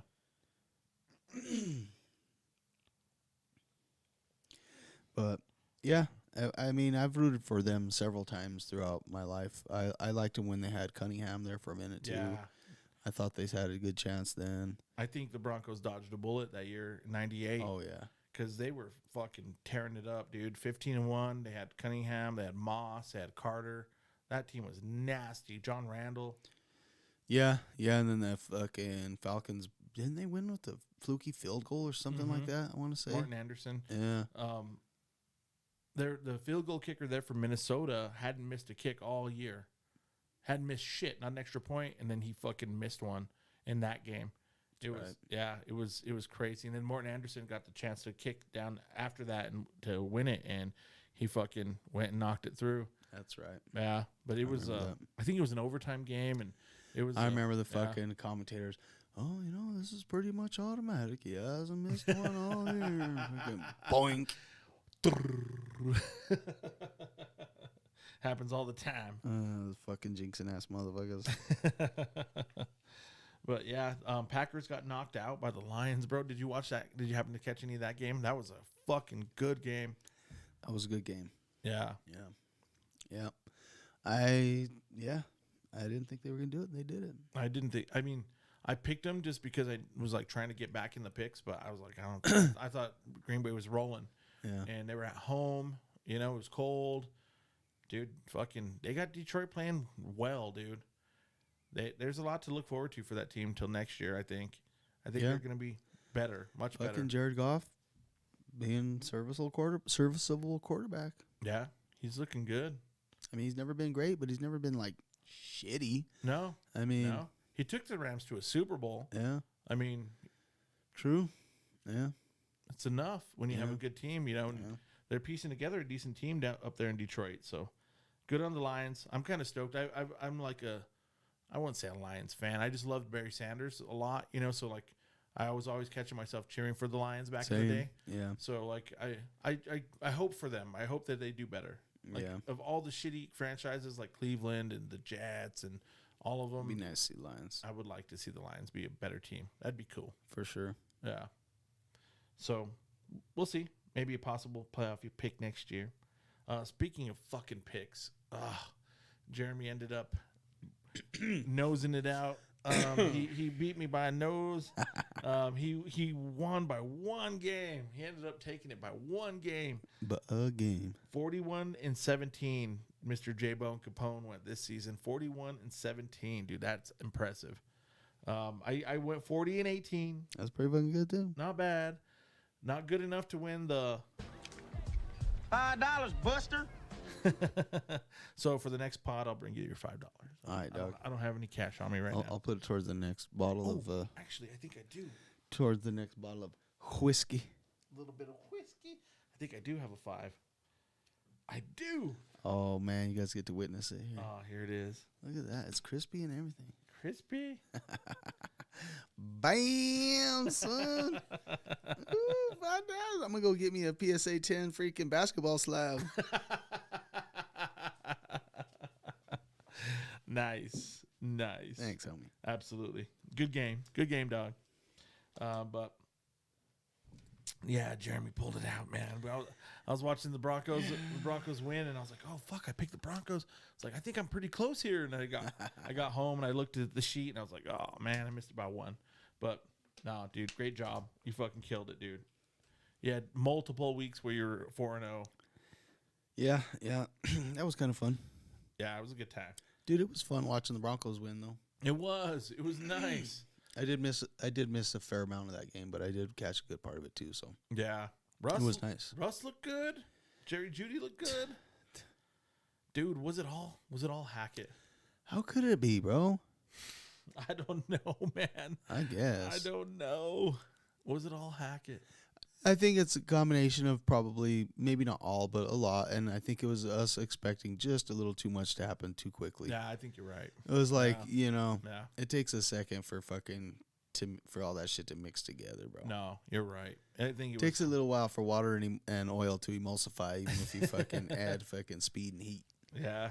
Speed heat. Yeah, I think you're right. I think we had too high of expectations, but man, I'd like to have faith. Yeah. I like to have faith. Yeah. I find your lack of faith disturbing. Would it have been more disappointing to be mediocre all year or to just have been shitty like that? And then have a little spark at the end of like hope for next year. Or to just be mediocre all year. I would have rather been mediocre all year. Yeah. You're at least kind of relevant. Yeah. It is kind of nice to have that little bit of hope now, though. It is. You know? It is. It made me hopeful for Russ. Like, he did shit in this game that we thought he was going to be doing all year long. The one that deep ball. Obviously, he can still do it. Yeah. It's not that he can't do it. He was just fucking... Something wasn't right. Something wasn't right. And I mean, shit, they almost beat Kansas City. You know, last week they played strong in Kansas City. They had a shitty penalty on Cortland Sutton, or they might have pulled that out. Yeah. Beat the Chargers. Well, they were a playoff-bound team, but they weren't playing for anything really. So it's not like they were crazy motivated, but I don't know, man. Almost beat them twice, the Chargers or the Chiefs. Yeah, that's true. They played them really well in Denver. That was the iCard show when that game was going on. Yeah, well, whatever. Yeah. Oh, well.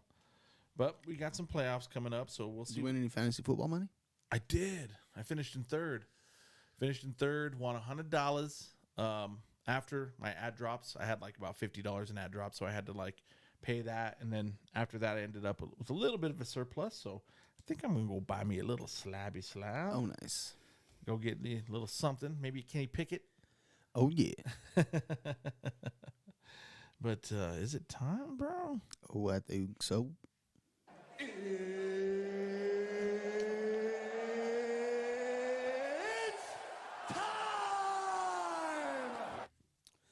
Cuckoo. So this weekend, we got another fight night at the Apex, of course. Gonna have actually there's gonna be a few interesting fights on this card. A couple more than I originally realized. There's a couple notables.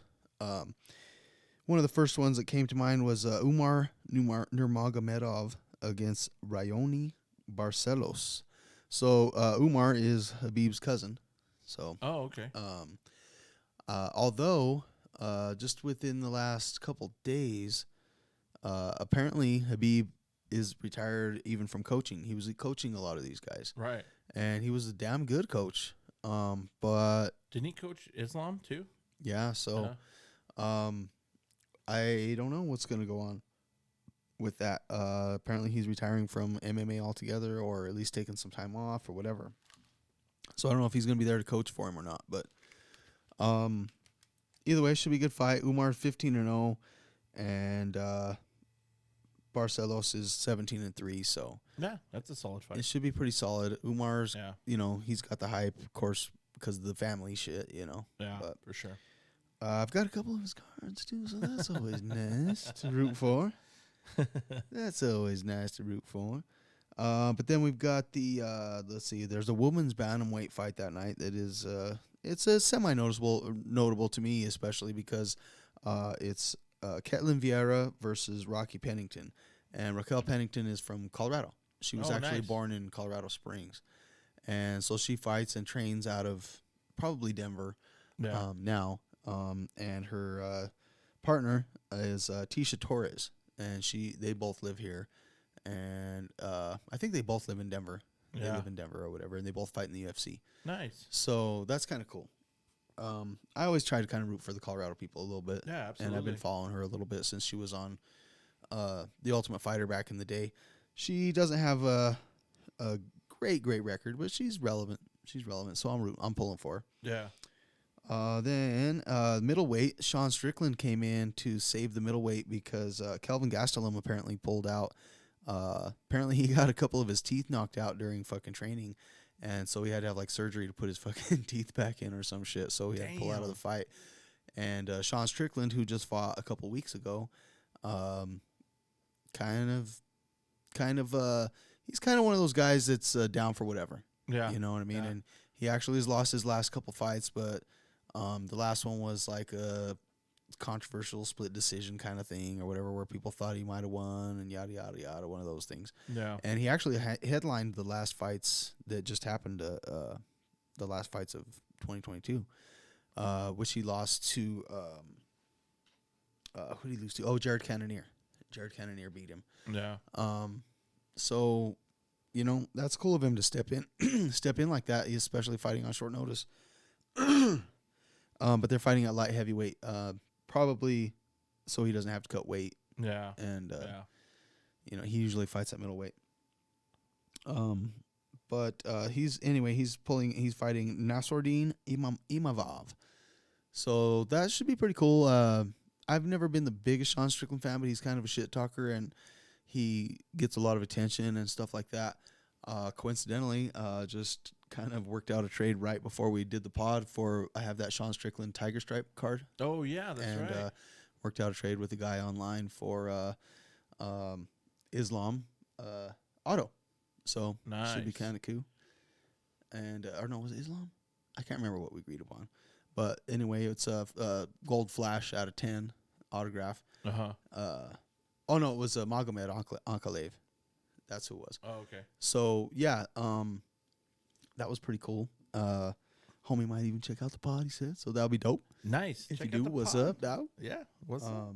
But it's always nice to make trades, dude. And you know, I know a lot of people are scared, but I'm a lot more trusting than most people are, bro. And haven't really ever been fucked by it yet. So fucking, you know what? Like, Yeah. I'm not gonna stop fucking trying to fucking trust people. I've made several fucking trades and I've made some deals and nothing too crazy. I think the biggest trade I've ever made was maybe for a couple $100 or whatever, and everything's always worked out. So, this dude, he's I've seen him in the rooms and stuff too, and you know, whatever, you know, should be cool. I like doing deals, doing trades. Yeah. Even if it's online, whatever.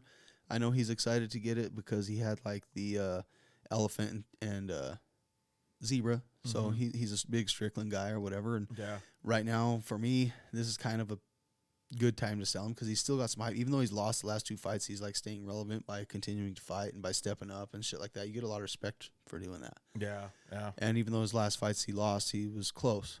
So You didn't get like destroyed. yeah. Yeah. But if he loses this fight, then the card will tank. yeah. So it's, you know, I feel like I'm ready to get rid of it right now. So homie needed it, and you know, we'll make a deal. Yeah. So that's pretty dope. Tiger style. Tiger style. So then next the week after that'll be UFC 283. That'll be the 21st. That one there's a few fights on that one that I'm excited for. The Paul Craig, also known as Bear Jew, The Bear Jew. fighting Johnny Walker. So that's a light heavyweight bout that should be pretty decent. Welterweight, you got Gilbert Burns versus Neil Magny. Gilbert Burns is a fucking monster. So I have a feeling he's going to win that. I hope he does because I'd like to see him get his shot back at Hamzat and maybe work his way back up towards a title shot. Yeah. Actually, Hamzat moved up, so he probably won't be fighting him again right away, but he should be able to work his way back up to a title pretty quickly. And then we got Divas and Figueiredo versus Brandon Moreno. This is going to be the 4th time these dudes have fought. So the first time they fought was a draw. But the reason it was a draw was because Figueiredo hit him with the low blow. Oh. And he hit him with the low blow so bad that they took away a point. I mean, it was fucking... It was a bad one. It was pretty low. It was pretty bad. It was pretty deep. Hit him in his G spot. Homie was like... like, he couldn't breathe, dude. Damn. Yeah, so... Damn. They took away a point. They ended up finishing the fight or whatever. But because of the point deduction, it was a majority draw. Yeah. So they fought again a year or two later. Moreno won. And then they fought again a year or two later. Figgy won. So then Figueiredo had the belt. I think I talked about this a little bit last week. Hasn't been able to fight, so then they created another interim. Moreno has that. So basically, Moreno's the interim. Figgy's the champ. They're fighting to unify it. And so this will be the 4th time they fought. I think this is the first time there's been a quadrilogy, I guess you would call it, in the UFC. Quadrilogy. I like that. Nice. So it's kind of cool that it was like the perfect story. A draw, 1-1, 1-1. Yeah. Now this is like bragging rights for good. There's really no it. reason to fight after this. Like, Right. You know, unless they draw again. Want some tie? Yeah, want to get a fucking tie. And there's been a couple of those lately in the UFC, and that's one of the things that's making things a little weird and people are griping about. So hopefully we can get that kind of resolved. But then the headliners that night's gonna be Glover, of course. Glover Teixeira versus Jamal Hill for the light heavyweight title, and that should be a banger too. So I'm fairly excited to kind of watch the next couple UFCs. UFC hasn't been on for about a month, so been kind of jonesing a little bit. Yeah. You know, it's cool. I think part of it is because of the new year, whatever. And then UFC is pretty smart with the way they schedule shit. I think with the college football stuff being big, and they're always on Saturdays too and stuff. And they want to be like the thing that day. Makes sense. And they're not gonna like compete with somebody or fucking, you know, they'll do it to boxing. Right. They'll do it to boxing Fuck all day. boxing, yeah. Because it's like their rival, Uh-huh. but they're not gonna compete with college football, so they don't even fucking try. Yeah. So It's smart. Yeah. It's definitely smart. But yeah, that's about it for the UFC stuff. Yeah, I think that's about it. Rather, the one last thing I wanted to bring up about kind of UFC. It is about UFC, but it's just another thing I wanted to bring up was a guy named Kevin Holland. He's a fighter in the UFC. Yeah. He was kind of up and coming there for a minute, but he's actually lost his last two. He's actually lost like 4 of his last 6 fights. But there's kind of a video going around on Instagram and shit right now where some people sent some cards to his house and asked him to autograph them. And he made a video, a reel or whatever on Instagram, and he fucking shows the cards and he says, "You see this crap right here? You guys sending this shit to my house? This is unacceptable. Don't be sending this shit to my house. I'm not fucking signing none of this shit. Come meet me at an expo." And he fucking threw it in the fucking trash, bro. No way, bro. Yep. No shit. I was like, damn, that's a fucking good way to lose a bunch of fans real fucking Fuck quick. yeah. Oh my god. Especially with like, you know, he hasn't been like on any kind of win streak or Right. and then he's always bitching about the UFC being not fair and you know, Wow. maybe some of it may not be or whatever, but he's always crying about like, and there's probably a lot of guys that feel this way, but he's the one that says guys that leap the rankings because of their popularity and shit, you know, whatever. And he's like, so and so gets a title fight, and it's not really fair when they haven't even fought anybody in the top 15, whatever. Which is semi right, but nobody wants to hear you fucking cry. Quit crying, bro. Yeah.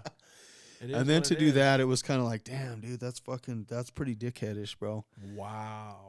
That being said, I wouldn't send anything to someone's house. I don't think, you know, that's kind of to send it to like to their home is kind of fucked up. It's a bit much. But to send it to maybe their gym, or like if it's football, send it to the stadium or the Right. clubhouse, and just hope it gets to them, and hope they send it to like where you would send their fan mail. Right. I wouldn't go out of my way to send anything to somebody's house, but for him to act like that was kind of That's shitty. pretty dickheadish, bro. That's really shitty. Like you're lucky that people want your autograph, and you're lucky You would to sure be, think that you would be in that position, you know? most people would be honored to fucking, even if you're not going to sign them, you don't have time, you don't feel like it, Don't do it. don't do it, throw it away, return to Right. sender. You know what I mean? Fucking whatever, bro. Wow. Yeah. Fuck. What a dickhead. Yeah. Dude, fucking A, dude. Wow. So, yeah. Pretty weak, man. If, Man, that's junk. yeah. If you got, I don't know, man. You know, like I said, I hate, I judge people sometimes, obviously, like, you know, and I hate to, like, be that way. If you don't want to be famous, you don't want to have fans, whatever, I guess that's your prerogative. Yeah. You know, yeah, but it's true. it sure seems fucking dickheadish to me. So, Damn. Wow. Fuck that dude. and I was, I shouldn't say that. He whooped my ass. oh, you fucking with both of us at the Yeah. same time, probably, but destroy me, but I was a slight fan of his. You know, like he's a pretty decent fighter, and he's kind of had a little bit of a rough go. He hasn't always been a fair path for him and shit. And he's yeah.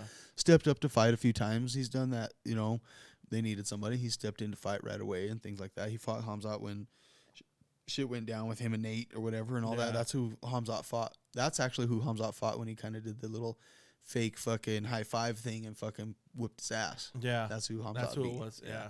And ever Okay. since then, he hasn't really won hardly. So, Well, good. I hope he loses every fight, dude. yeah, Fucking bro. Dickhead. Kevin Holland Don't be a dick. Don't be a dick, bro. Don't be a dick. All right, man. Well, that's all I got, man, for this week. Word. You got anything you want to hit up? No, that was it. That last little bit about Kelvin Holm, the crybaby. So I'm just joking, homie. Oh, actually, I do have something. What you got? This upcoming weekend, there's going to be a show up in Colorado Springs. It's going to be the Pikes Peak show. Pikes Peak. Hey. And if you're in the area, or even if you're not, fly on in. Come on into Colorado. Come check it out. Word. It's a great fucking show. Jeremy will be set up with the table. We'll have a table there to do some of the podcast. Hell yeah, come say what's up. Yeah, come say what's up. If you want to throw down some interview stuff, you can do that. Get on the mic. If you want to buy any of the cards Jeremy has been pumping and dumping all night, you can do that as well. Yeah, but it's a great show, so come on down. Weekend after that is our show. Oh, damn, another week, cool.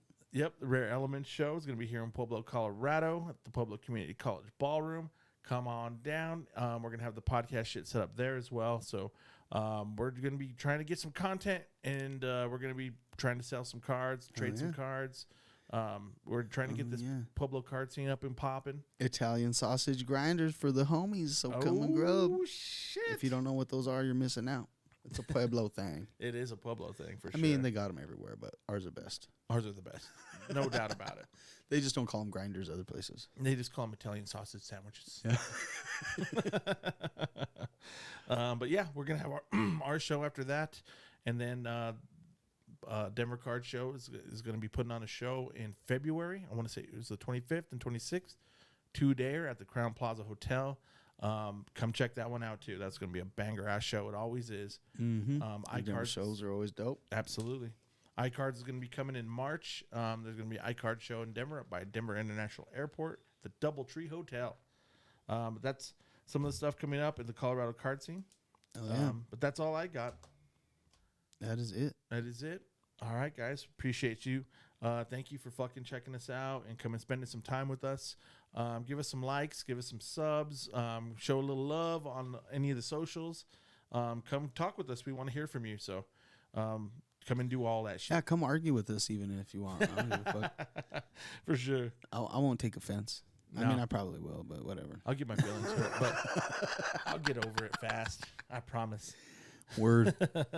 All right, guys. Thank you for checking us out, and we will fucking catch you motherfuckers next week. Smells like victory. All right, guys. Peace. Peace.